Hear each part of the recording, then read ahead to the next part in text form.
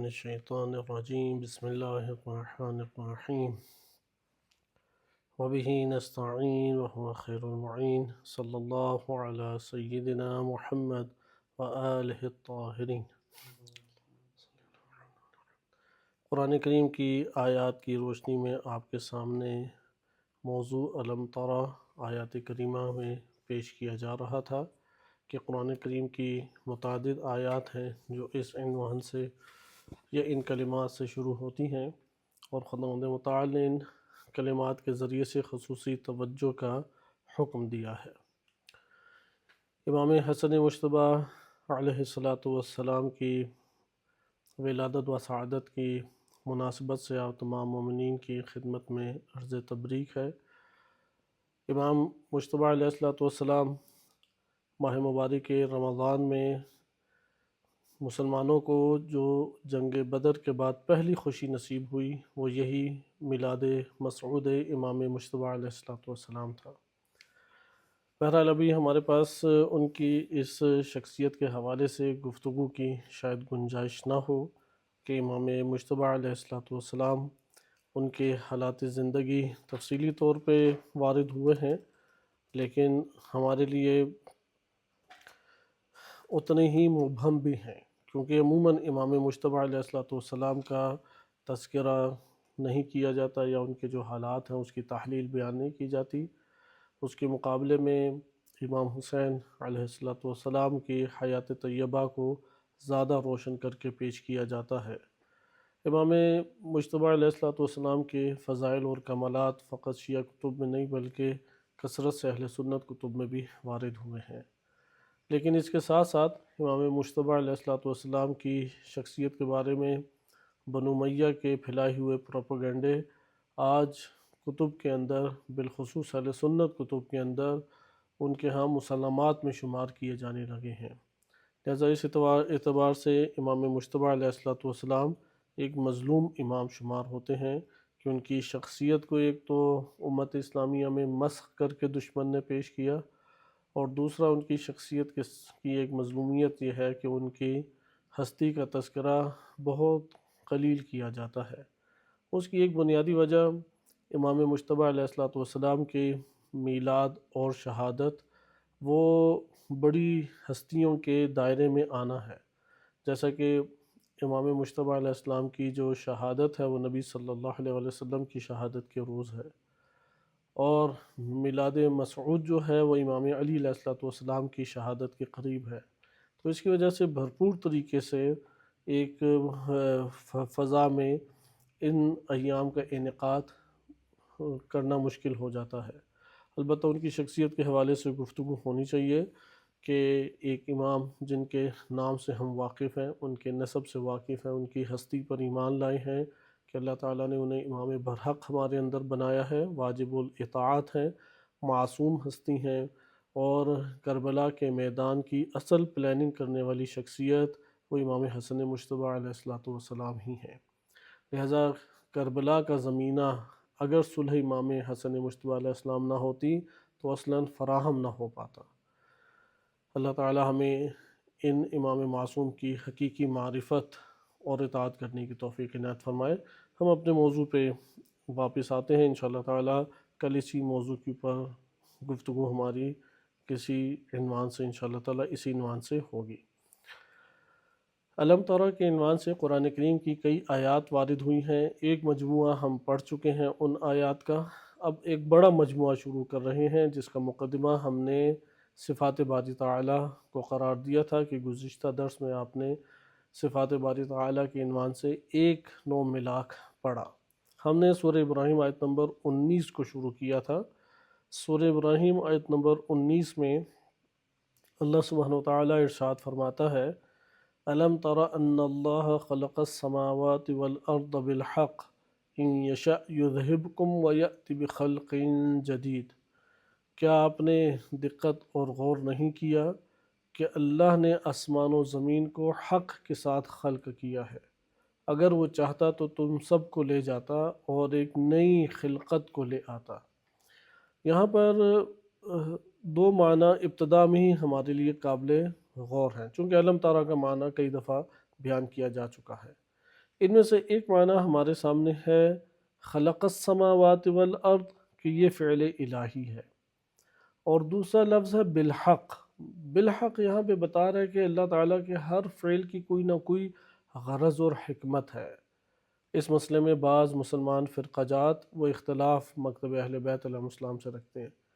مکتب اہل بیت علیہ السلام اس بات کے قائل ہیں کہ اللہ تعالیٰ کی ہر کام میں کوئی نہ کوئی حکمت ہے، بدون حکمت یہ حکیم ذات کوئی فعل صادر نہیں فرماتی، لہذا جتنے بھی افعال ہیں وہ حکمت کے تحت ہیں، ہم اس حکمت کو نہیں جانتے۔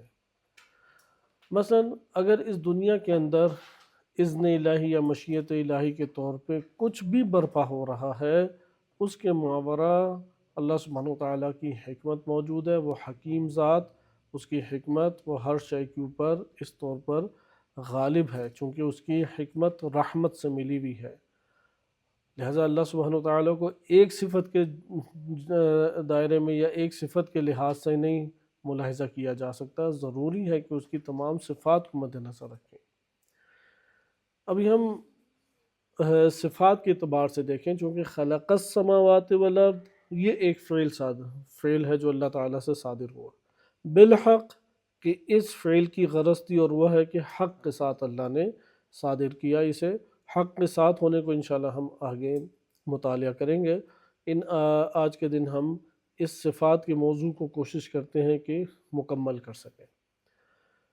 مقدمہ آپ کے سامنے ذکر کیا تھا کہ ہمارے جسم اور روح سے ماورا حقائق اپنی جگہ ثابت ہیں، ہم نے حقائق سے تعلق پیدا کر کے زندگی بسر کرنی ہے۔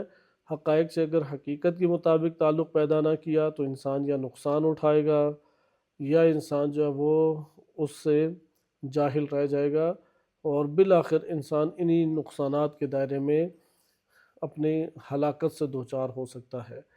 لہذا ضروری ہے کہ حقائق کو جانیں اور جاننے کے بعد ان سے ایک تعلق قائم کریں۔ اگر حقائق کو جانے بغیر انسان تعلق قائم کرے گا تو انسان کبھی بھی حقیقت کے مطابق نہیں چل سکتا اور سخت نقصان اٹھانے والوں میں اس کا شمار ہوگا۔ نمبر 2، کائنات کے اندر ہر چیز آپس میں متحد ہے، ذات صفات آپس میں متحد ہیں، مختلف حالتیں، ایک حالت آتی ہے دوسری اس کے اوپر طاری ہو جاتی ہے۔ اس کائنات کے اندر ہمیں ظاہری طور پہ کوئی چیزیں ایک دوسرے سے جدا نظر نہیں آتی، عقل ہے جو یہ صلاحیت رکھتی ہے کہ وہ آ کے ایک چیز کو دوسرے سے جدا کر لیتی ہے۔ لہذا عقل ایک تحلیل گر ہے کہ جو تحلیل آ کے کرتی ہے۔ تیسرا نقطہ ہم نے یہ پڑھا، اللہ سبحانہ وتعالیٰ کی ذات اس کائنات میں حقیقت رکھتی ہے۔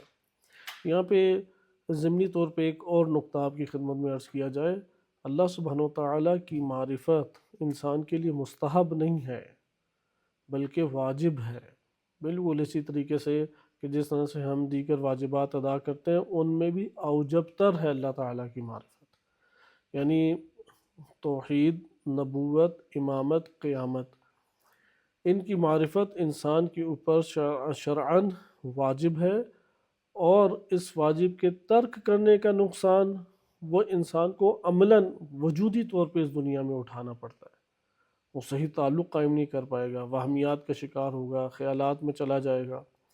ایسا ضروری ہے کہ معرفت کو حقیقی طور پہ حاصل کریں، اس پر غور و فکر کریں۔ ہم غور و فکر کے بغیر یہ دین کامل ہونے والا دین نہیں ہے۔ آئے اب ہم آگے بڑھتے ہیں۔ خداوند متعال نے اس کائنات کو خلق کیا تو خلقت کا اور یہ جو وجود کا سلسلہ شروع ہے سب کا سب منتہی ہوتا ہے اللہ تعالیٰ کی ذات پر۔ ذات الہی کو اگر ہم ملاحظہ کریں اور اس کی طرف توجہ کریں تو جو صفت ہمارے پاس آتی ہے اس صفت کو کہتے ہیں صفت ذاتی، اور اس کے بعد اگر اللہ سے ایک فعل صادر ہوا ہے تو فعل کو دیکھ کر جو صفت سامنے آئے اسے کہتے ہیں صفت فعل۔ صفت فعل نہیں ہے، وہ نہیں ہے کہ جو اللہ کا فعل ہے، بلکہ اللہ کے فعل سے جو حاصل ہو رہا ہے اسے صفت فعل کہتے ہیں۔ یہاں پہ مزید تقسیمات کی طرف جانے سے پہلے آپ کی خدمت میں عرض کیا جائے، ایک تقسیم اولی ہوتی ہے اور ایک تقسیم ثانوی ہوتی ہے۔ مثلا آپ بنیادی طور پہ کلمے کو تقسیم کرتے ہیں کہ کلمہ اسم، فعل اور حرف میں تقسیم ہوتا ہے۔ یہ تقسیمیں اولی مثلا ممکن ہے کہ ہم کہہ سکیں۔ اس کے بعد اسم کے کئی تقسیمات آتی ہیں، فعل کی کئی تقسیمات آتی ہیں، یہ ثانوی تقسیم کہلائیں گے۔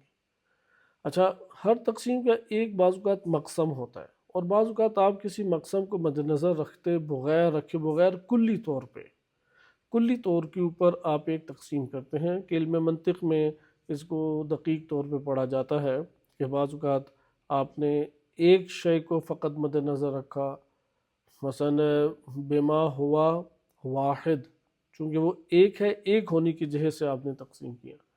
بعض اوقات آپ متعدد ہونے کی جہت سے تقسیم کرتے ہیں، اور بعض اوقات آپ ایک شے کو بما ہوا یعنی مطلق طور پہ تقسیم کرتے ہیں۔ یہاں پر جو ہم تقسیم کر رہے ہیں وہ اسی اعتبار سے ہے، کوئی بھی اللہ کی صفت ہو، وہ جو صفت اولین طور پر ہمارے سامنے اللہ کی اوصاف، اللہ کی تقسیمات اللہ تعالیٰ کے اوصاف کی آتے، وہ یہی ہے، ذاتی ہے یا فعلی ہے۔ یہ دو تقسیمات ہیں، اس ترتیب کو ہم نے ذہن میں صحیح طریقے سے رکھنا ہے۔ چونکہ قرآن کریم کی ان آیات میں فعل الہی کو زیادہ ذکر کیا گیا، اور اس فعل الہی سے ایک صفت الہی ہمارے پاس سامنے آتی ہے۔ جتنی بھی ہمارے پاس خداوند متعال کی صفات ہیں وہ ان میں سما جاتی ہیں، یا وہ صفت ذاتی ہے یا وہ صفت فعلی ہے۔ صفت ذاتی وہ جو ذات سے اخذ ہوتی ہے، صفت فعلی وہ ہے جو اللہ تعالیٰ کے فعل سے اخذ ہوتی ہے۔ فعل الہی کیا ہے؟ اس کائنات میں مخلوق اللہ کا فعل ہے، اور ایک شخص پر اللہ نے رحمت کی، وہ رحمت اللہ کا فعل ہے۔ اللہ سبحانہ وتعالیٰ نے انعام دیا، منعم ہونا، یہ اللہ تعالیٰ کی صفت جو ہے کب آئی ہے؟ جب انعام اللہ کا دیکھا تو وہ فعل ہے اللہ تعالیٰ کا۔ ہم آگے بڑھتے ہیں۔ اسی طرح سے ایک اور صفت بما ہوا صفت، یعنی مطلق طور پر ہمارے پاس ایک اور تقسیم آتی ہے، ثبوتیہ اور سلبیہ۔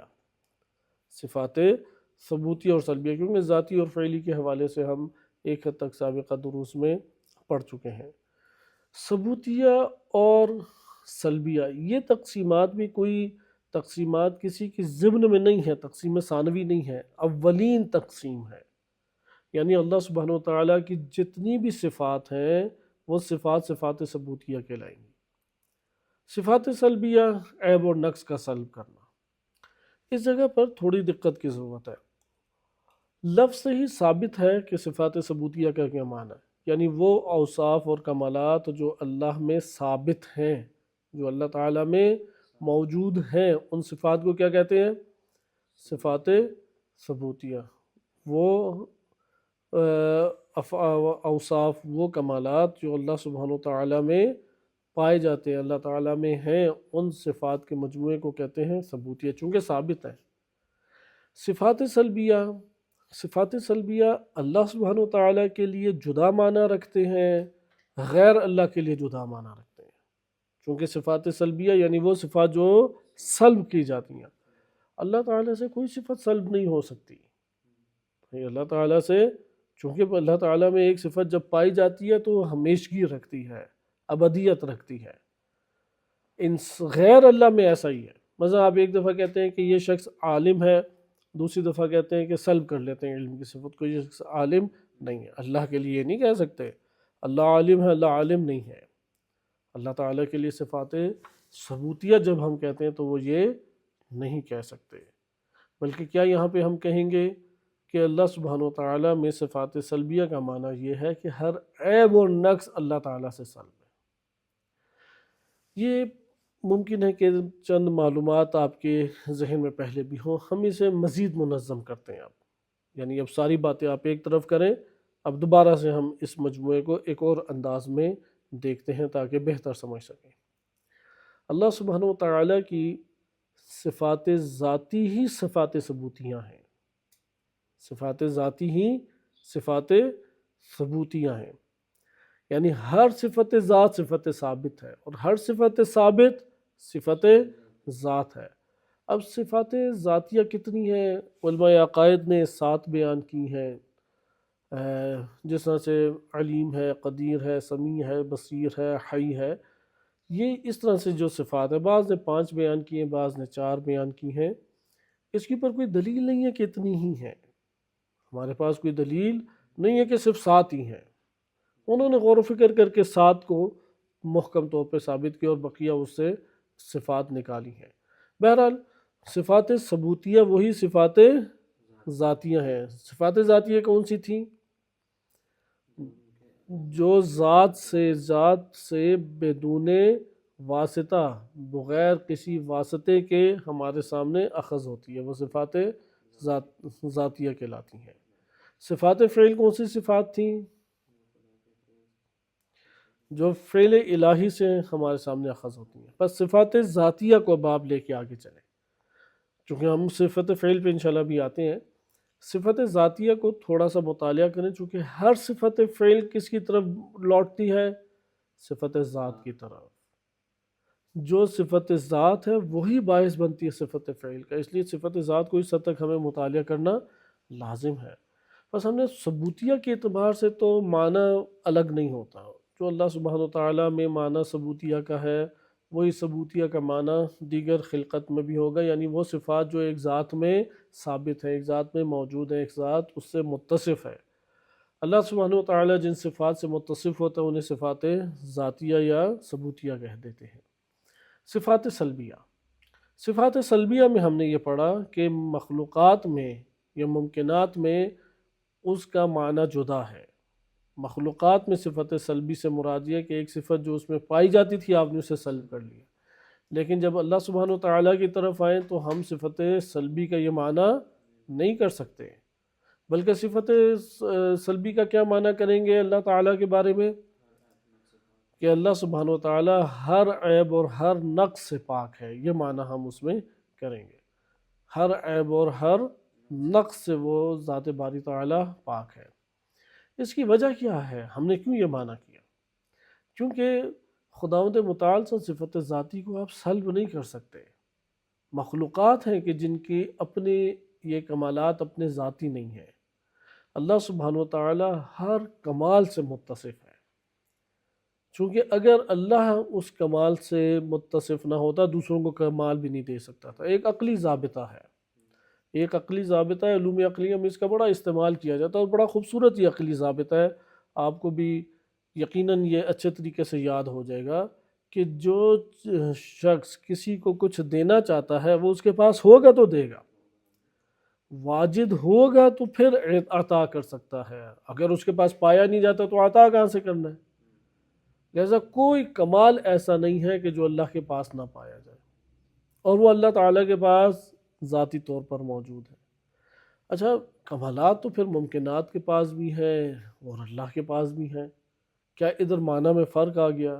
یہ کسی دور میں بہت مشکل سوال شمار ہوتے تھے۔ الحمدللہ فلسفہ اسلامی کی برکت سے یہ آج کے دور میں آسان مباحث ہو گئی ہیں۔ کسی دور میں بعض حتیٰ شیعہ علماء بعض اس چیز کے قائل تھے کہ نہیں، صفت الہی کا ہم کوئی معنی نہیں کر سکتے۔ شیخ صدوق رحمۃ اللہ علیہ کچھ اسی طرح کے افکار نظریات کے قریب تھے، یعنی اللہ علیم ہے، بس وہ علیم ہے، وہ اسی معنی میں علیم ہے جو علیم کا اس کے لیے معنی سازگار ہے۔ اچھا، علم جاننے کے معنی میں کہتے نہیں نہیں، یہ تو مخلوق کے لیے ہے، خالق اور مخلوق میں کیا فرق رہ جائے گا علم کے اعتبار سے؟ حقیقت میں ان چیزوں کا فرق نہیں ہے۔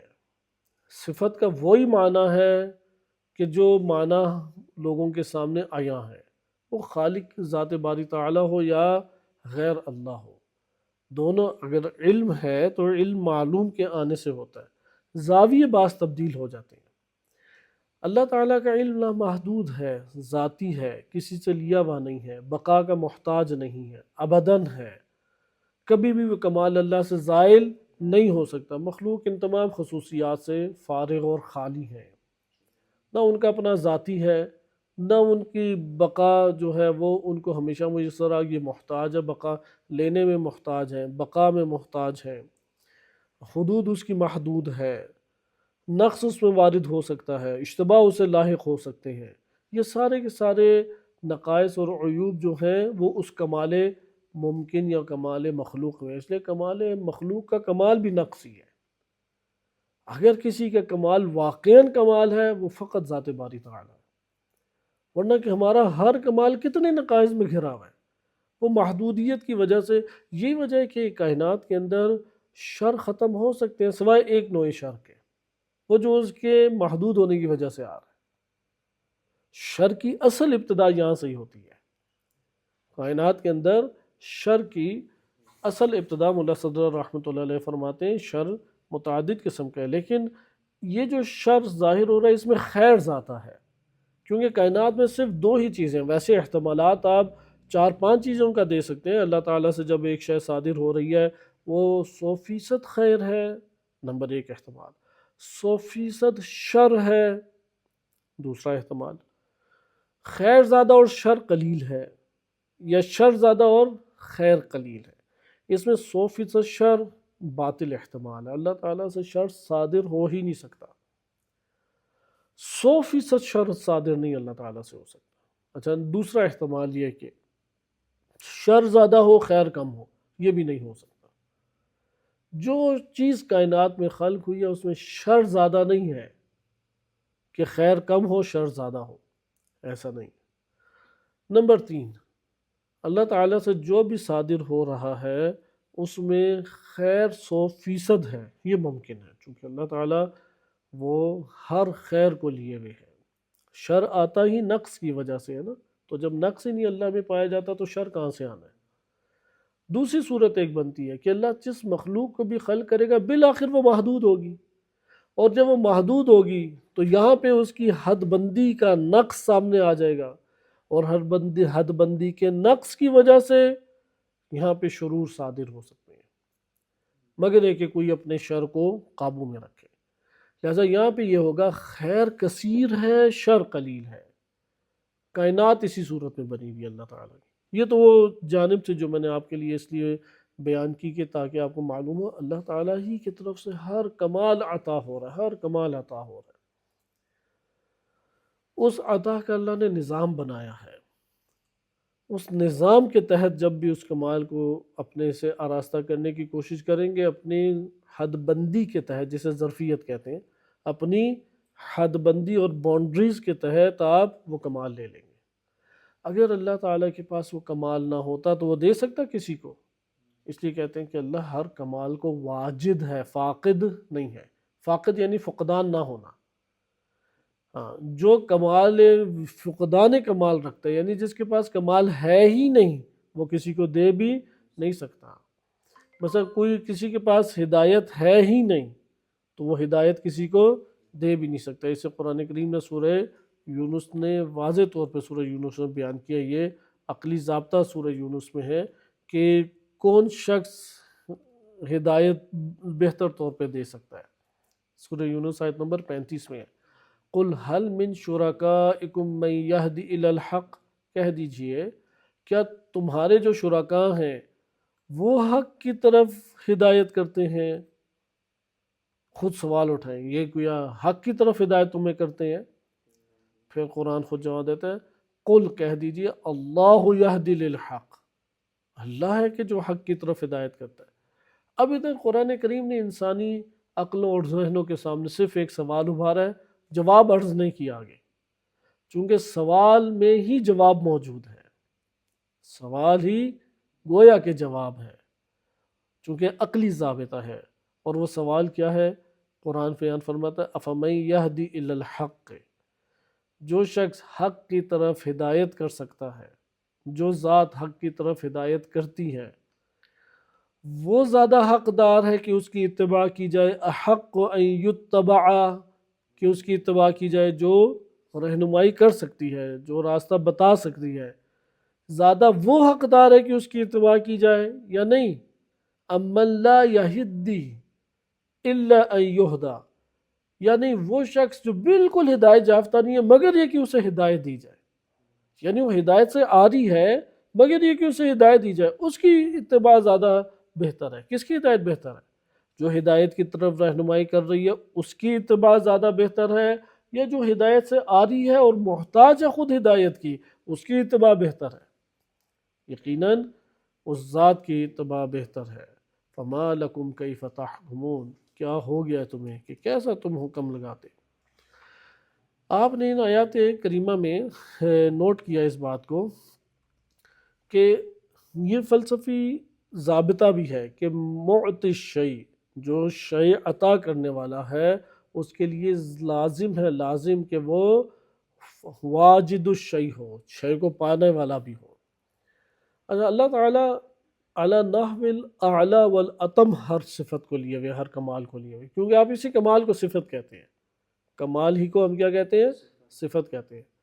اللہ سبحانہ و تعالیٰ کی ہر صفت اعلیٰ درجے تک تمام ہے، جس کو آپ اپنے سادہ الفاظ میں کہتے ہیں لامحدود سطح پہ پھیلی ہوئی ہے۔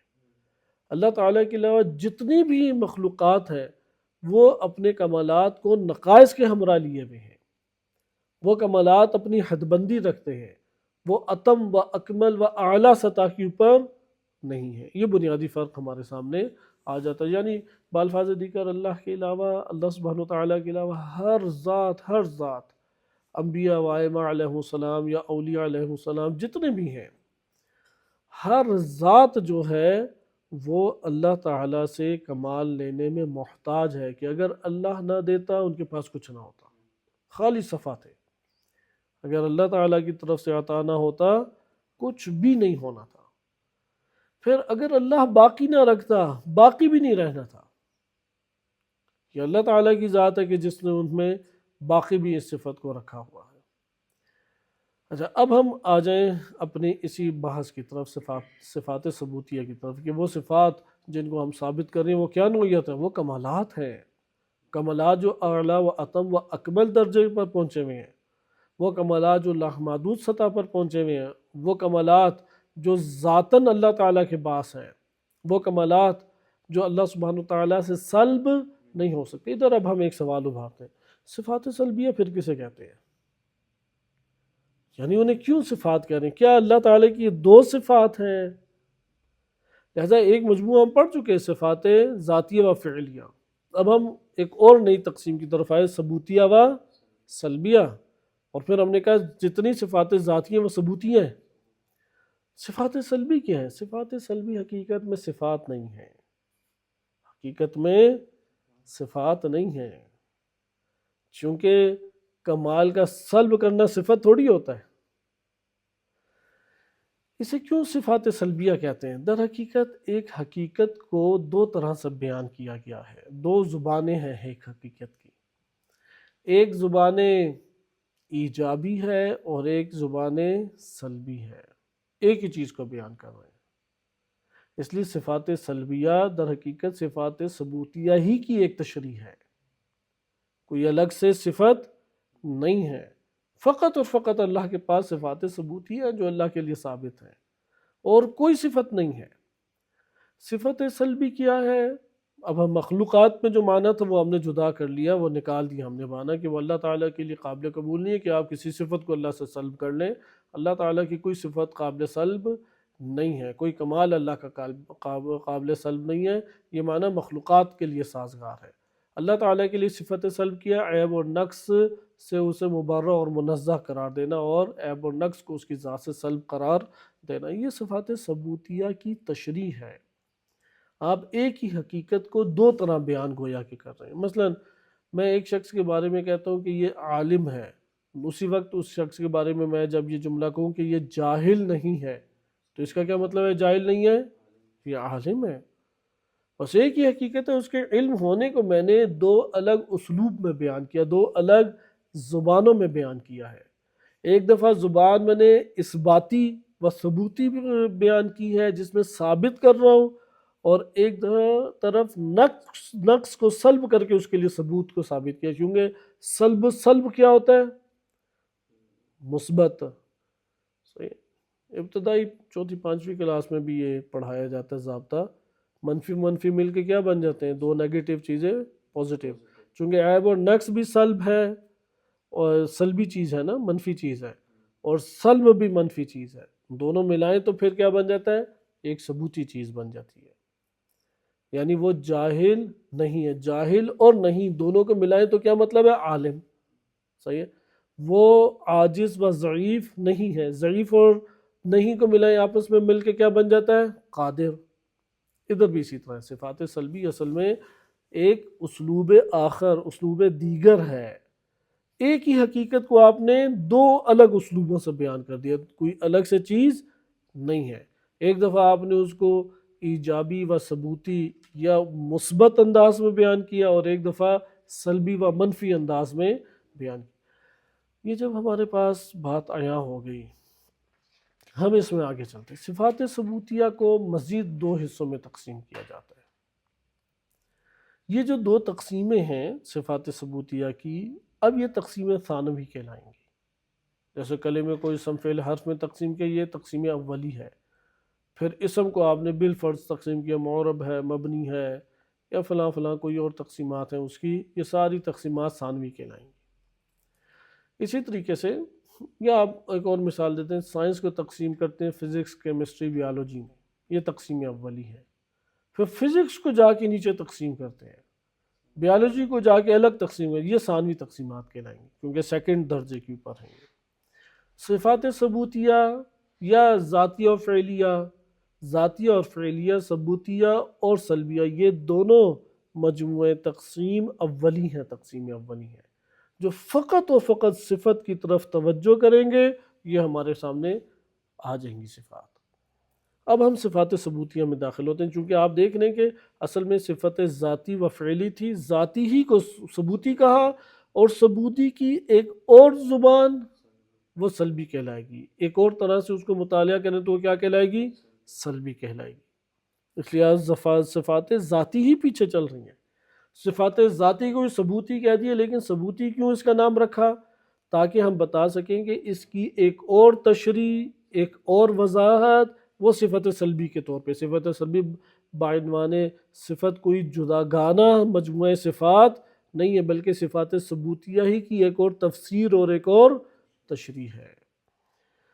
صفات ثبوتیہ آگے تقسیم ہوتی ہیں صفات حقیقیہ میں اور صفات اضافیہ میں۔ صفات حقیقیہ میں اور صفات ذاتیہ میں۔ صفات حقیقیہ نام سے واضح، یہ سارے کے سارے ناموں کو آپ یاد کریں تو کافی ہے۔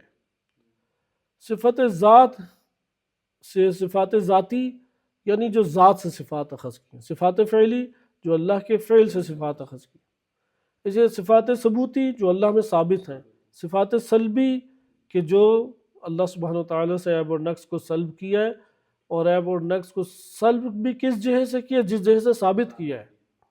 عالم ہے یعنی جاہل نہیں ہے، قادر ہے یعنی ضعف اور ضعیف اور عاجز نہیں ہے، سمیع ہے یعنی بہرا نہیں ہے، مثلا حی یا ممیت نہیں ہے۔ یہ ہمارے پاس کیا ہے؟ صفت سلبی۔ آ جائیں اب حقیقی صفات حقیقیہ جو حقیقتاً اللہ میں پائی جاتی ہیں۔ ذات الہی میں جو صفات حقیقتاً پائی جاتی ہیں ان صفات کو کیا کہتے ہیں؟ صفات حقیقی۔ دیکھیے کتنا غور کیا ہے اللہ علماء نے کائنات کے اوپر، اور ہم ابھی کہاں کھڑے ہیں؟ کائنات پہ غور کریں تاکہ معلومات میں اضافہ ہو، کیونکہ کائنات کا ہر ذرہ اپنے رب کو بیان کر رہا ہے۔ وہ اپنی زبان حال سے بتا رہا ہے کہ میں مربوب ہوں، میں مرزوق ہوں، میں مملوک ہوں، میں عبد ہوں، میں ایک ایسا ذرہ ہوں جسے وجود دیا گیا، موجود ہوں۔ لہذا ہر ذرے سے ہم اس کے رب کی کہانی سن سکتے ہیں، اسے رب کی داستان سن سکتے ہیں۔ علماء نے اسی طرح سے غور کیا۔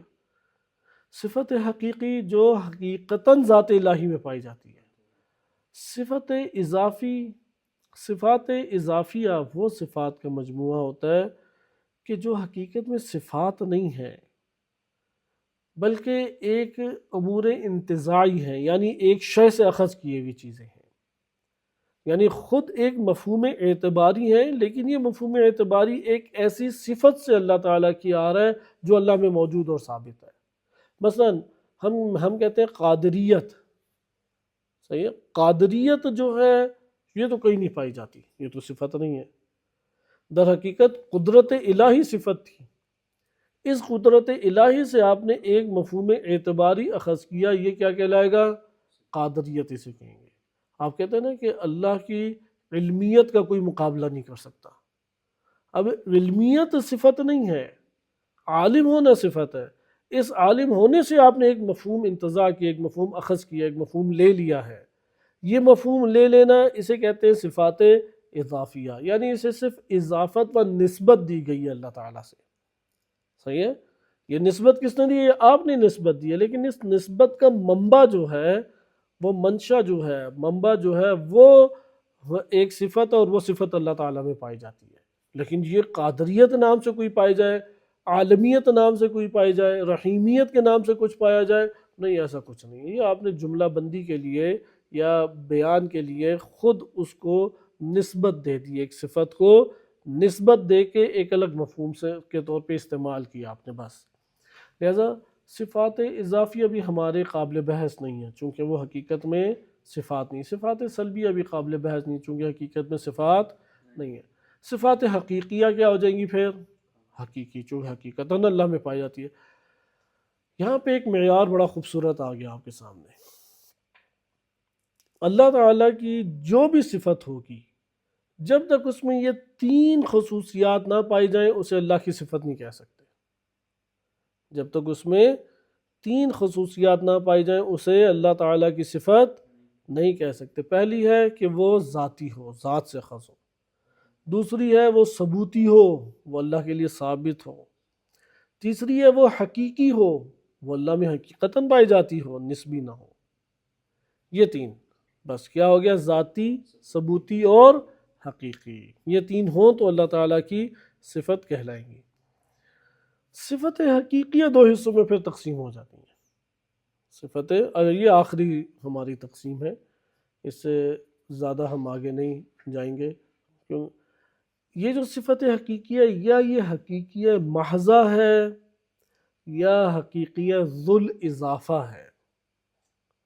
یہ حقیقیہ محضہ ہے یا حقیقیہ ذل اضافہ ہے۔ اچھا، اس کی کیا ہے تفصیل؟ ہم بہت زیادہ تفصیلات میں نہیں جاتے، 1-2 میں مثالیں بس آپ کی خدمت میں عرض کروں گا۔ اللہ تعالیٰ کی جو بھی صفت ہے وہ 2 طرح کی ہیں، صفات کا مجموعہ جو ثابت ہیں اللہ تعالیٰ کی، ذاتی ہیں صفت، 2 طرح کا مجموعہ ہے۔ ایک وہ صفت ہے کہ جس کو متعلق چاہیے اپنا، اگر وہ متعلق وجود میں نہ آئے جس سے اس نے تعلق قائم کرنا ہے، تو اللہ تعالیٰ میں وہ صفت ہم قرار نہیں دے سکتے۔ لیکن ایک وہ مجموعہ صفات ہے جسے کوئی متعلق نہیں چاہیے، بدون متعلق اللہ تعالیٰ کی صفت وہ قرار پا جاتی ہے۔ متعلق سے مراد یہ ہے کہ تعلق جوڑنا۔ مثلا ابھی میں اس میں وارد ہونے سے پہلے 1-2 مثالیں دوں۔ میں کہتا ہوں کہ آپ عالم ہیں، آپ عالم ہیں تو معلوم کے بغیر عالم ہو سکتا ہے؟ یعنی معلومات کے بغیر، یا معلومات ہوں گے تو عالم کہلائیں گے؟ بس ادھر صفت علم آپ کے لیے کب قرار پائے گی؟ جب علم کا تعلق معلومات سے جڑے، اسے کہتے ہیں متعلق کی ضرورت ہے اسے، صحیح ہے؟ اگر معلومات سے اس کا تعلق نہ جڑے تو اسے عالم بھی نہیں کہہ سکتے۔ مثال کے طور پہ قادر ہیں آپ، میں کہتا ہوں آپ قادر ہیں، جس پر قادر ہے اس کا وجود ہی نہ ہو تو آپ قادر کہلائیں گے؟ اسے کہتے ہیں مقدور نہ ہو تو قادر کہاں سے آئے گا؟ مطلب جس چیز کی قدرت ہے وہ ہے ہی نہیں، تو پھر قدرت کس چیز کی ہے؟ متعلق چاہیے قدرت کو، ورنہ وجود میں۔ اسی طرح ارادہ، آپ کسی شے کا ارادہ کرتے ہیں، اگر کوئی مراد ہے ہی نہیں جس کا ارادہ کیا جائے، وہ شے ہے ہی نہیں، تو کس کا ارادہ کرنا ہے؟ بس یہ وہ صفات ہیں کہ جن کو متعلق چاہیے، متعلق ہوگا تو اس کی نسبت ہم دے سکتے ہیں ذات کی طرف، اگر متعلق نہ ہو تو اس کی نسبت بھی نہیں دے سکتے۔ ان صفات کو کہتے ہیں صفات حقیقیہ ذل اضافہ، یعنی ذو تعلق۔ یہ وہ صفات ہیں کہ جو تعلق قائم کریں تو یہ صفت بنتی ہیں کسی ذات کے لیے۔ اگر یہ صفات کسی سے تعلق قائم نہ کریں تو وہ پھر صفت بھی نہیں بن سکتی۔ لیکن ایک صفات کا مجموعہ ہے حقیقی محضہ، اسے متعلق نہیں چاہیے، اسے کوئی متعلق نہیں چاہیے، وہ ذات کے لیے باعنوانی صفت قائم ہو جاتی ہے۔ جیسے حی، اللہ کا حیات ہونا۔ یہاں پر آپ سوال اٹھاتے ہیں، مثلا ہم ذل اضافہ جس سے ذو تعلق ہے اس کے بارے میں، اگر آپ کو میں کہتا ہوں کہ مثلا اللہ تعالیٰ عالم ہے، تو ادھر فوراً ذہن میں سوال ہے کہ کس چیز کے متعلق اس کا علم ہے، کس چیز کا عالم ہے؟ وہ عالم کس چیز کا ہے؟ لیکن حی کے بارے میں جب کہا جاتا ہے اللہ حی ہے، تو ادھر سوال اٹھائیں گے اللہ کس چیز کا حی ہے؟ اس کو کوئی تعلق کا سوال نہیں اٹھا رہے۔ لہذا حیات حقیقیہ محضہ میں سے ہے، لیکن قدرت، علم حقیقیہ ذل اضافہ میں سے۔ ادھر صفت علم کی طرف توجہ کی ضرورت ہے۔ یہ بڑا مارکۃ الآراء مسئلہ بعد میں علماء و فضلاء کے درمیان بن گیا۔ علم الہی، علم الہی ایک ایسی صفت ہے، چونکہ صفات میں ادھر آپ ابھی ہم اگلا بحث اس میں دیکھتے ہیں، اگلے نقطے میں دیکھتے ہیں۔ صفات باری تعالیٰ جتنی بھی ہمارے پاس ہیں، ادھر دقت کریں کہ صفات باری تعالیٰ میں ساری کے ساری صفات جمع ہو جاتی ہیں علم اور قدرت میں۔ اچھا، مقدور نہ ہو تو قادر اللہ کو کیسے کہیں گے؟ معلوم نہ ہو، معلومات نہ ہو تو عالم کس چیز کا وہ؟ یہاں پر علم الہی دو حصوں میں تقسیم ہے، دو حصوں میں علم الہی تقسیم ہے۔ ایک مرتبہ علم الہی حقیقی محضہ میں آتا ہے، اور ایک دفعہ علم الہی حقیقی ذل اضافہ میں آتا ہے۔ ان دو میں فرق کرنا لازم ہے۔ ایک دفعہ علم الہی کہاں شمار ہوتا ہے؟ حقیقیہ محضہ میں شمار ہوتا ہے، اور ایک مرتبہ علم الہی حقیقیہ ذل اضافہ یا ذل تعلق میں شمار ہوتا ہے۔ اللہ تعالیٰ کا اپنے آپ کے بارے میں علم ہے یا نہیں؟ اللہ کا اپنے آپ کے بارے میں علم، اسے وہاں پہ کوئی متعلق چاہیے یا اس کا ہونا ہی اس کا علم ہے؟ یہ عین ذات بھی کہلاتا ہے، یہ حقیقی محض ہے، حی کی طرح۔ ادھر ہم نہیں کہیں گے کہ اس کی ذات کا کس چیز کا علم، کہیں گے ذات کا، ذات کو ذات کا علم، بلاخر ہر ذات کو اپنی ذات کا علم ہوتا ہے۔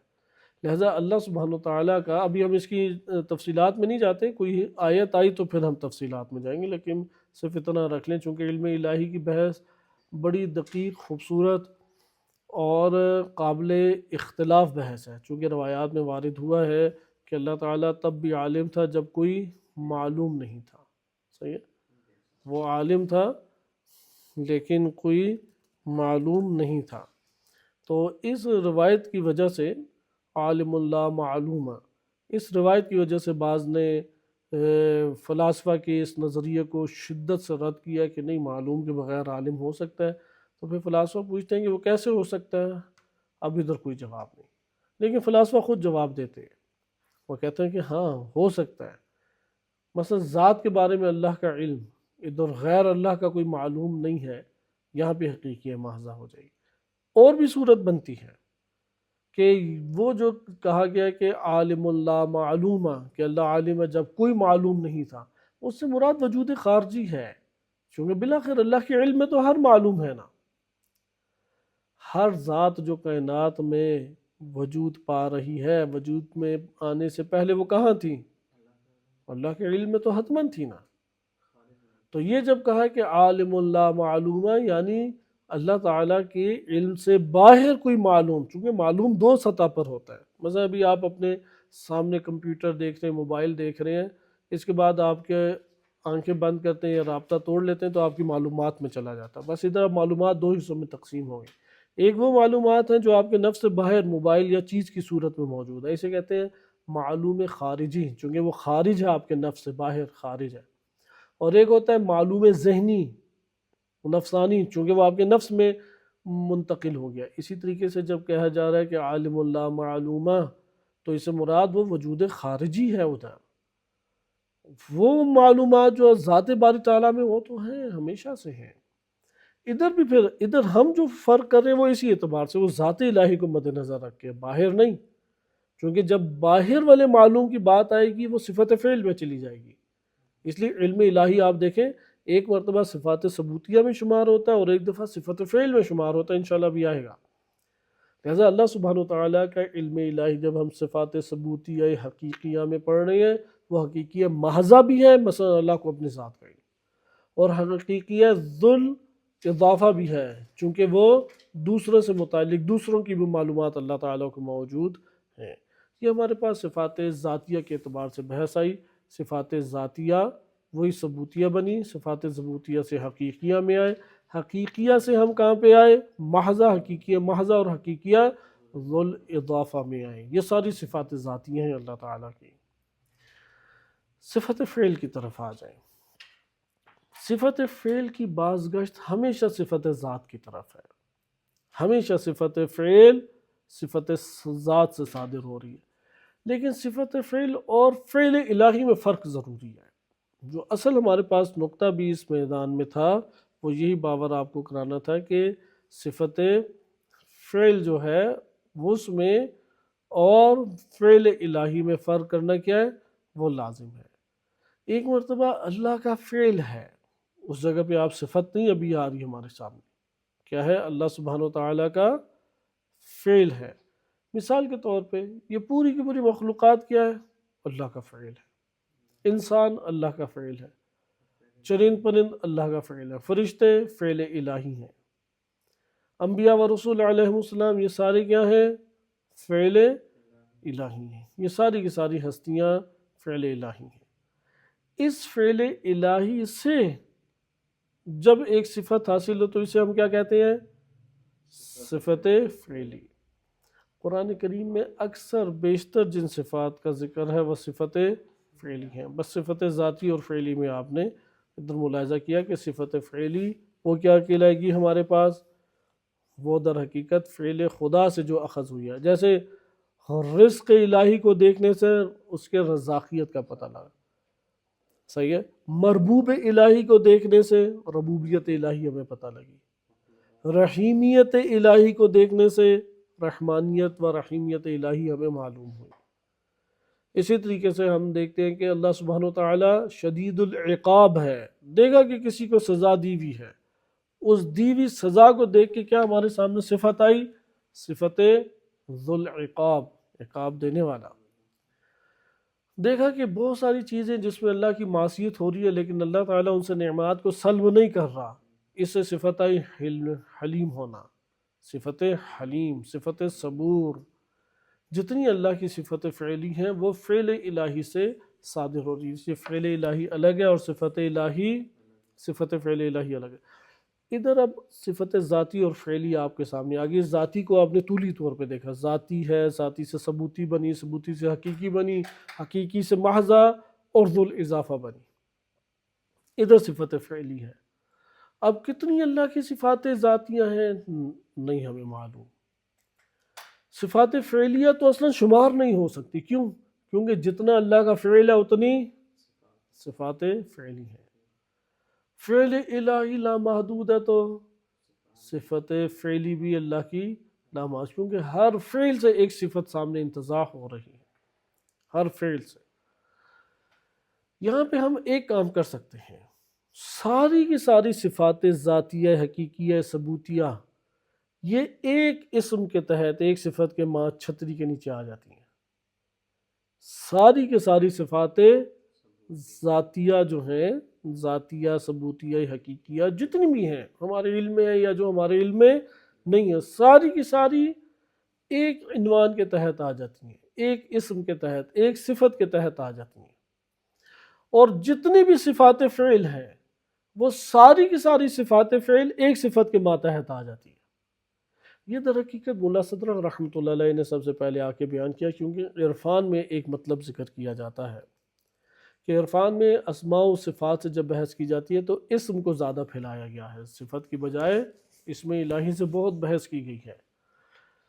اسم الہی بڑی خوبصورت ایک بحث ہے، کسی اور مورد میں، چونکہ اب یہ خشک گفتگو کا ہمارا 2 درس ہو گئے تو ہم ایک اور انشاءاللہ اگلے 20 سے 30 رمضان المبارک کے درمیان ہم کسی مورد میں فقط اسم الہی کی بحث کو پڑھیں گے کہ اسم الہی کیا ہے۔ کہ ابتدا میں ہم نے علم ترا کو پڑھا، وہ تھوڑی سی خوش گفتگو تھی، دوسرے عشرے میں ہم نے اس بحث کو الحمدللہ صفات باری تعالیٰ کو ملاحظہ کیا، اور تیسرے عشرے میں کوشش ہوگی کہ اسماء الہیہ کو ہم مطالعہ کر سکیں، کیونکہ انسان کا اصل تعلق اسم سے بنتا ہے، صفت سے اسم آتی ہے، انسان اسم سے تعلق پیدا کر سکتا ہے، اور ہر ایک کا اسم الگ ہے، اور وہی اسم انسان کو نشو نما دے رہا ہے۔ صحیح ہے، اللہ رب ہے، اس رب کے نیچے اسماء الہی ہے، اور ہر انسان کا اسم جدا ہے۔ اگر انسان اساتذ کے مطابق اپنے اسم کو جان لے، صحیح نشو نما کر سکتا ہے، وہ خدا سے گزارش کرے، توسل کرے، خداوند متعال کی بارگاہ میں دعا کرے، التجا کرے، گڑ گڑائے کہ اس کا اسم اس کے لیے ظاہر کر دے، چونکہ اس کا اسم اللہ اسم الہی ہے کہ جو اسے نشو و نما دے رہا ہے۔ خلاصہ کلام ہم ادھر آتے ہیں، وہ تمام اسماء الہیہ انگنت ہیں، ان میں سے اہم اسماء الہیہ کا تذکرہ کیا گیا۔ دعائے جوشن کبیر میں 1001 اسماء الہیہ ذکر ہے۔ اچھا، اسی طرح 99 اسماء الہیہ کے حوالے سے شیعہ سنی دونوں میں روایت موجود ہے۔ تمام اسماء ایک اسم کے ماتحت آ جاتے ہیں، تمام کے تمام اسماء وہ کیا ہیں؟ ایک اسم کے ماتحت آ جاتے ہیں، اور اس اسم کا نام ہے اللہ۔ اسم جلالہ اللہ، اسم اللہ یعنی تمام کے تمام اسماء اس کے ماتحت آنا، تمام اسماء کے ماتحت آنا یعنی تمام کے تمام صفات اور کمالات کو اس کے تحت آ جانا، یعنی جتنے بھی اللہ تعالیٰ کے کمالات ہیں وہ سب کس کے نیچے ہیں؟ اس میں اللہ کے۔ اس لیے اللہ کا متبادل نہیں ہے، خدا اللہ کا متبادل لفظ نہیں ہے، گاڈ بھگوان یہ اللہ کے متبادل الفاظ نہیں ہو سکتے۔ اس لیے کلمہ اللہ جو ہے اس کو وہ اللہ کی ذات کے ساتھ خاص ہے، کسی کا نام نہیں رکھا جا سکتا۔ لفظ اللہ بولنے میں ثواب ہے، بدون وضو سے ہاتھ نہیں لگا سکتے۔ الف لام میں الف اس کی کبھی نہیں گرتی، الرحمن میں گر جاتی ہے، بسا کہتے ہیں بسم اللہ الرحمن، الف گر گئی، لیکن بسم اللہ میں اگر آغاز میں آئے تو الف کبھی بھی نہیں گرتا، اللہ ہمیشہ شروع میں رہتا ہے، یعنی الف جو ہے نا وہ درمیان میں ہمارے پاس اس کی خصوصیات ہے۔ بہرحال یہاں پہ آپ نے دیکھا تمام اسماء کس عنوان کے تحت آ گئے؟ ہاں، اسم اللہ اس قدر جامع ہے، اس قدر وسیع ہے، اس قدر وسیع ہے، تمام کے تمام اسماء اس کے نیچے آ جاتے ہیں۔ اس لیے علماء کہتے ہیں کہ بسم اللہ الرحمن الرحیم سے وسیع ترین ذکر الہی نہیں ہے۔ سب سے وسیع ترین ذکر الہی کون سا ہے؟ بسم اللہ الرحمن الرحیم، چونکہ اس میں اللہ کے بعد سب سے جامع اور وسیع اور عمومی ترین اسم وہ الرحمن ہے۔ اچھا، اب آئیں ان صفات میں۔ صفات ذاتی میں بھی ایک ایسا عنوان ہے، ساری کی ساری صفات ذاتی اس کے تحت آ جاتی، یعنی ایک ایسی صفت ہے اللہ تعالیٰ کی جو تمام کی تمام اللہ کی صفات ذاتی کو گھیر لیتی ہیں، تمام صفات ذاتی کو گھیر لیتی ہیں۔ اور اسی طرح ایک اللہ کی ایسی صفت فعل ہے جو تمام کی تمام صفات فعل جنہیں ہم شمار ہی نہیں کر سکتے، تمام کی تمام صفت فعل کو گھیر لیتے ہیں۔ وہ کون سے ہیں؟ وہ کون سی صفت ہے؟ صفت ذاتی میں حی ہے، اور صفت فعلی میں قیوم۔ اس لیے آیت الکرسی کو بہت اہمیت دی گئی ہے، اللہ لا الہ الا هو الحی القیوم۔ حی کہنے سے اللہ کی تمام صفت ذاتی وہ شمار ہو جاتی ہیں، اور قیوم کہنے سے تمام کی تمام صفت فعلی وہ شمار ہو جاتی ہیں۔ یہ آپ نے صفات کے اعتبار سے ایک بیان پڑھا کہ اللہ سبحانہ وتعالی ان صفات سے آراستہ ہے۔ بس ہمارے پاس بنیادی طور پہ اللہ تعالیٰ کی ہم اگر پوری بحث کا اگر خلاصہ کریں تو اس طرح کہہ سکتے ہیں، حقیقت میں اللہ کی صفات ذاتی و ثبوتی ہی ہیں، جن کو ہم نے صفات حقیقی کا، انہی صفات ثبوتی اور ذاتی کو کیا ہم نے نام دیا ہے؟ صفات حقیقیہ۔ صفات حقیقیہ بعض ایسی ہوتی ہے انہیں کسی سے تعلق قائم کرنے کی ضرورت نہیں ہوتی، وہ بعنوان صفت اللہ تعالیٰ اس سے متصف ہے، یہ حقیقیہ محضہ کہلائیں گی۔ محض یعنی خالص، کوئی متعلق کی ضرورت نہیں ہے۔ ذو الاضافہ یعنی بعض سے تعلق جوڑنے کی ضرورت ہے، جیسے عالم کو معلوم سے تعلق جوڑنے کی ضرورت ہے، قادر کو مقدور سے تعلق جوڑنے کی ضرورت ہے۔ ان صفات ذاتیہ سے پھر ایک اور مجموعہ صفات نکلتا ہے جسے صفت فعل کہتے ہیں۔ بس ذات ہے، ذات کے بعد کیا آ گئی؟ صفت ذاتی، ذات الہی تعالی، ذات الہی سے پھر اس کی صفت، لیکن صفت میں مقدم کون ہے؟ صفت ذاتی۔ اسی صفت ذاتی کو ہم نے دوسرا نام کیا دیا؟ صفت ثبوتی۔ صفت ثبوتی کو کیا نام دیا؟ صفت حقیقی۔ اور ساتھ ساتھ ان تین ناموں کو الگ نام دینے کی کیوں ضرورت پیش آئی؟ کیونکہ ہر نام کے ذریعے سے ایک نوع صفات جدا کر رہے ہیں۔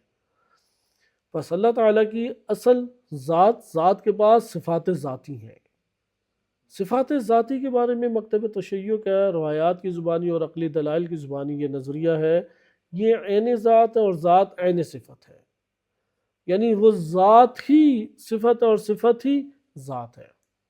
اس کے بعد آتی ہے صفت فعل۔ صفت فعل وہ انہی صفت ذاتیہ سے نکلی ہے، لیکن صفت فعل اس وقت ہوگی جب فعل الہی ہوگا، فعل الہی نہیں ہوگا تو پھر صفت فعل بھی نہیں ہوگی۔ لہذا صفت فعل حقیقت میں اللہ تعالیٰ سے اس وقت سلب کی جا سکتی ہے جب فعل الہی ادھر نہ ہو۔ اس لیے ہو سکتا ہے اللہ تعالیٰ ایک دفعہ کسی کے لیے رازق ہے اور ایک مرتبہ رازق نہیں ہے۔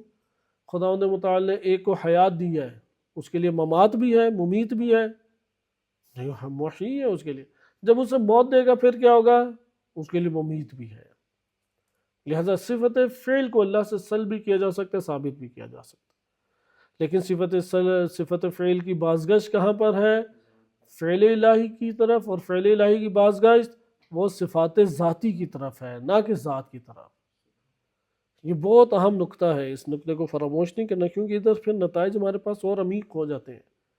صفت فعل کو براہ راست ذات الہی سے نہیں تعلق قائم کیا جا سکتا۔ صفت فعل کا براہ راست ذات الہی سے تعلق نہیں قائم کیا، کس سے تعلق قائم کیا جائے گا؟ فعل الہی سے، اور فعل الہی کا صفت ذاتی سے۔ پس دو واسطوں کے ذریعے سے صفت فعل اللہ سے تعلق قائم کر رہی ہے۔ جتنے بھی صفات فعل ہیں وہ دو واسطوں سے ذات الہی سے تعلق قائم کر رہی ہے۔ پہلا واسطہ فعل الہی ہے، اور دوسرا واسطہ ہر فعل صفت ذاتی کا نتیجہ ہے، کسی نہ کسی صفت ذاتی کا نتیجہ ہے۔ صفت ذاتیہ میں بھی حقیقت میں تمام صفات ذاتیہ پہلے علیم اور قدیر کے ماتحت آ جاتی ہے، اور علیم القدیر پھر حیات، حی کے نیچے آ جاتا ہے۔ ادھر آخری ہمارے پاس وقت کے دقائق رہ گئے ہیں، میں صرف ایک نقطہ اس میں ذکر کروں۔ یہ تو آپ نے ہمارے شیعہ علماء کے عقائد اور بیان کردہ عقائد اور عقلی اور فلسفی مباحث کا ایک خلاصہ اور نچوڑ سنا۔ عرفان نے ایک بڑی خوبصورت ادھر تقسیم کی، اسے اب آپ سمجھ سکتے ہیں، چونکہ یہ جو میں نے بار بار لفظ بولا ہے، ذات، پھر صفت ذاتی، پھر صفت فعلی، صحیح ہے؟ چونکہ جب صفت ذاتی کہتے ہیں تو اسی کے دائرے میں ثبوتی اور حقیقی محضہ اور ذو الاضافہ آ جاتی ہے۔ بس کل ہمارے پاس تین عنوان ہو گئے: ذات الہی باری تعالی، نمبر دو صفت ذاتی جو ذات سے اخذ کی ہے، صفت ذاتی کو پھر نیچے لے کے جائیں تو ثبوتی، حقیقی محضہ اور حقیقی ذو الاضافہ بنتی ہے، اور تیسرا عنوان آتا ہے صفت فعل جو فعل الہی سے ہمارے سامنے آتی ہے۔ عرفا نے ایک اور طرح سے اسے بیان کیا ہے، اور ان کی تقسیم بقیہ تقسیمات کی نسبت جاندار محسوس ہوتی ہے۔ البتہ ہر کوئی عقل و فکر سے کام لے سکتا ہے اور انتخاب کر سکتا ہے، اس میں کوئی یہ کہنا کہ یہ زیادہ بہتر اور جاندار اور جامع ہے، اس کا یہ مطلب نہیں ہے کہ تقلیداً یہ بات مان لی جائے۔ یہ خود غور و فکر کریں، انسان سے معلومات آپ کی حد تک پہنچانا لازم ہے۔ کہ ایک دفعہ ہے فقط اور فقط ذات مد نظر، چونکہ ہم یہ پہلے ہی پڑھ چکے ہیں کہ خارج میں تو کبھی بھی ہم جدائی نہیں کر سکتے، آنکھ سے آنکھ کی سیاہی کو نہیں ہم چھین سکتے، اگرچہ آنکھ کی خلقت میں اس سیاہی کا کردار نہیں ہے اس کی اصل خلقت میں، لیکن اتنا گہرا تعلق ہے کہ اس سیاہی کو چھینا تو آنکھ بھی چلی جائے گی۔ چاند سے چاند کی تاریکی کو یا نیلاہٹ کو نہیں چھین سکتے ہم۔ کائنات کے اندر جو خصوصیات ثابت ہیں اس ذات سے نہیں کر سکتے، عقل آ کی تحلیل کرتی ہے۔ یہاں پر بھی اگر آپ آئیں تو دیکھیں، ایک مرتبہ اب ہم جب کہتے ہیں نا اللہ کی ذات ہے، پھر اللہ تعالیٰ کی ذات کے بعد پھر ایک مقام ہے، پھر دوسرا مقام ہے، یہ ہم بیان کی زبان ہے، اور اللہ خارج میں خداوند متعال متصف ہے ان سب چیزوں کے ساتھ، اللہ تعالیٰ ان سب کمالات سے متصف ہے۔ اس لیے بحث کے دوران ہم سب کو ایک ساتھ بحث نہیں کر سکتے، تو ہم اپنی بحث کا زاویہ معین کرتے ہیں تاکہ بحث کر سکیں، ورنہ کیسے بحث کریں؟ اس لیے یہ بیان کی زبان ہے فقط۔ ایک دفعہ فقط اور فقط ذات باری تعالیٰ آپ کے پیش نظر ہے، فقط اور فقط۔ جب ہم کہتے ہیں فقط اور فقط ذات باری تعالیٰ، اب کوئی بھی صفت اللہ کے لیے یہاں پر ہم ملحوظ نہیں رکھ رہے، نہ صفت ذات جسے عین ذات کہا تھا، اور نہ صفت فعل جو اللہ تعالیٰ سے ہم نے کہا تھا کہ اس بات اور سلب دونوں ہو سکتی ہیں۔ عرفا کہتے ہیں اس کو کہتے ہیں توحید ذاتی۔ توحید ذاتی فقط ذات کے بارے میں، صفات کے بارے میں بحث نہیں کرنی، اسے کیا کہیں گے؟ توحید ذاتی۔ توحید ذاتی جو ہے اس کے بعد اگلا مقام آتا ہے مقام احدیت۔ مقام احدیت میں اللہ کے لیے صفات ہیں لیکن مفصل صورت میں نہیں ہے، صحیح ہے، مجمل صورت میں ہے، بند صورت میں ہے، صحیح ہے۔ اللہ تعالیٰ کی صفات ہے لیکن کیا ہے؟ بند صورت میں، مجمل صورت میں، اسے کہتے ہیں احدیت۔ قل هو اللہ احد، درست۔ اس کے بعد مقام وحدیت آتا ہے۔ مقام وحدیت میں تفصیلی طور پہ ہیں ساری کی ساری صفات الہیہ۔ لہذا عرفا کی نظر میں صفات ذاتی ان دو مقاموں میں تقسیم ہو جاتی ہے، ایک ہے مقام احدیت اور دوسرا کیا ہے؟ مقام وحدیت ہے۔ جو صفت ذاتی ہے وہ دو حصوں میں ہمارے پاس اس طور پہ تقسیم ہو جاتی ہے، ایک دفعہ کیا مقام احدیت ہے اور ایک دفعہ مقام وحدیت ہے۔ بس صفات کے بعد ذات ہے۔ نبی صلی اللہ علیہ وسلم و ائمہ اطہار علیہ السلام، ان کی تمام رسائی وہ مقام احدیت تک ہوتی ہے۔ مقام احدیت تک بھی ہر کوئی نہیں پہنچا، سارے جو پہنچتے ہیں انبیاء علیہ السلام وہ مقام وحدیت تک ہے۔ ادھر علماء میں اب مختلف مباحث اور اختلاف ہے کہ آیا مقام احدیت تک کوئی پہنچا یا نہیں پہنچا۔ آیت اللہ جوادی عاملی حافظہ اللہ تعالیٰ تو یہاں تک لکھا ہے فقط صفات فعلی تک رسائی ہے، اس سے آگے نہیں، صحیح۔ البتہ میں ممکن ہے دیگر کتب میں انہوں نے کچھ اور بھی بیان کیا ہو۔ ایک کتاب میں اس طریقے سے ان کا بیان تھا، وہ امام علی علیہ السلام کے شخصیت کے بارے میں انہوں نے کتاب لکھی، تو اس میں یہ والی مباحث انہوں نے چھیڑی ہیں۔ انسان کے کمالات انہی تین مراتب کے اعتبار سے ہیں، چونکہ مقام احدیت کے بعد مقام وحدیت، مقام وحدیت کے بعد پھر ایک آیان ثابتہ کو بیان کیا جاتا ہے کہ ہر شے اس کائنات میں خلق ہونے سے پہلے علم الہی میں ثابت ہے۔ علم الہی میں جو چیز ثابت ہے اسے کہتے ہیں آیان ثابتہ۔ جو علم الہی میں تھا وہی باہر خلق ہو رہا ہے، وہ جو اب باہر خلق ہو اسے کہتے ہیں آیان خارجیہ۔ یہ ایک اصطلاحات کی دنیا ہے۔ اب کمال جو انسان اوپر حاصل کرتا ہے وہ ان مقامات کے اوپر ہے، ابھی وہ علم الہی تک نہیں پہنچا، مخلوق کے اندر ہی غور و فکر کر رہا ہے، جو ہماری ساری بحث ادھر ہی ہے۔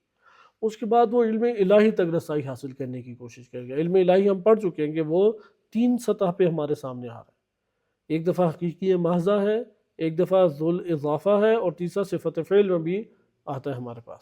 خلاصہ کلام عرفا یہاں پہ ذکر کرتے ہیں کہ جو ذات ہے اس ذات کو کسی کو کوئی خبر نہیں ہے، چونکہ اس تک کوئی پہنچ نہیں سکتا۔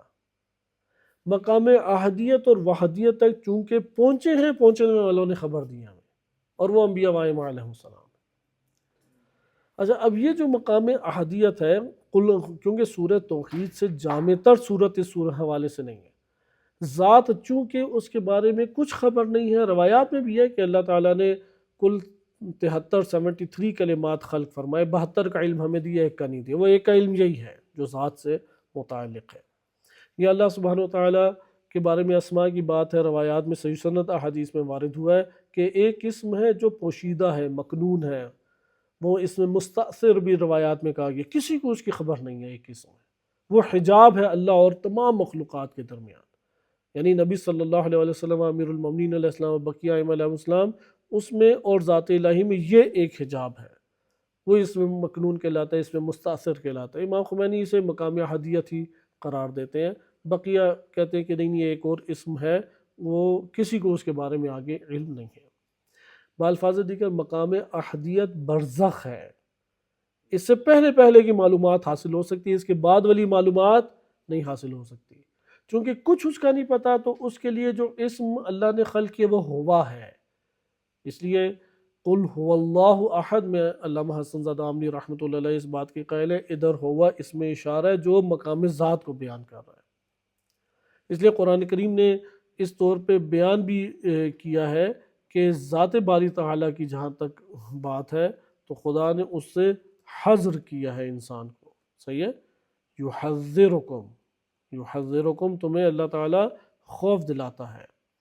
وَيُحَذِّرُكُمُ اللَّهُ نَفْسَهُ، اللہ اپنے نفس اپنی ذات کے بارے میں تمہیں خوف زدہ کرتا ہے کہ یہ علاقہ ممنوع ہے، اس تک کوئی نہیں پہنچ سکتا۔ جنہوں نے رسائی کی کوشش کی ہے، اب عرفاء نے اپنے اشعار میں مختلف نام رکھے ہیں، اس کو بعض کا شاہین سے نام دے دیا کہ شاہین کی پرواز ہے لیکن وہاں تک نہیں پہنچ سکا، اونکا سے بعض نام دیا، اونکا کا ایک خیالی پرندہ ہے جو ہر جگہ پرواز کر کے پہنچ گیا، لیکن جتنی مرتبہ ادھر تک پرواز کی کوشش کی وہ کامیاب نہیں ہو سکا۔ لہٰذا یہ ہے ذات کے حوالے سے کہ ہوا جو ہے، ہوا کے ذریعے سے ذات کا بیان کیا جاتا ہے۔ قل ہوا یعنی وہ ذات، وہ کیا ہے؟ اللہ۔ جب اللہ کہا جائے اسے مقام وحدیت مراد ہے، جہاں پہ ہر صفت مفصل طور پہ تفصیل کے ساتھ موجود ہے۔ احد سے مراد ہے وہ مقام جو مقام احدیت ہے، جہاں پہ ہر صفت قبل اس کے تفصیل سے آئے وہ بند صورت میں ہے۔ بالکل اسی طرح آپ نے توضیح المسائل دیکھی ہوگی، ایک مجتہد ہے، اس کا علم جو ہے وہ اس کے سینے میں ہے یا نہیں؟ سینے میں۔ وہ علم اس کے قلم سے نکل کے جب اوراق میں آتا ہے، اوراق سے توضیح میں جب آ جاتا ہے تو وہی علم ہے یا نہیں؟ بس وہ علم جو نفس کے اندر اس کے ہے، یہ کیا اجمال کہلائے گا، یہ کیا کہلائے گا؟ اجمال۔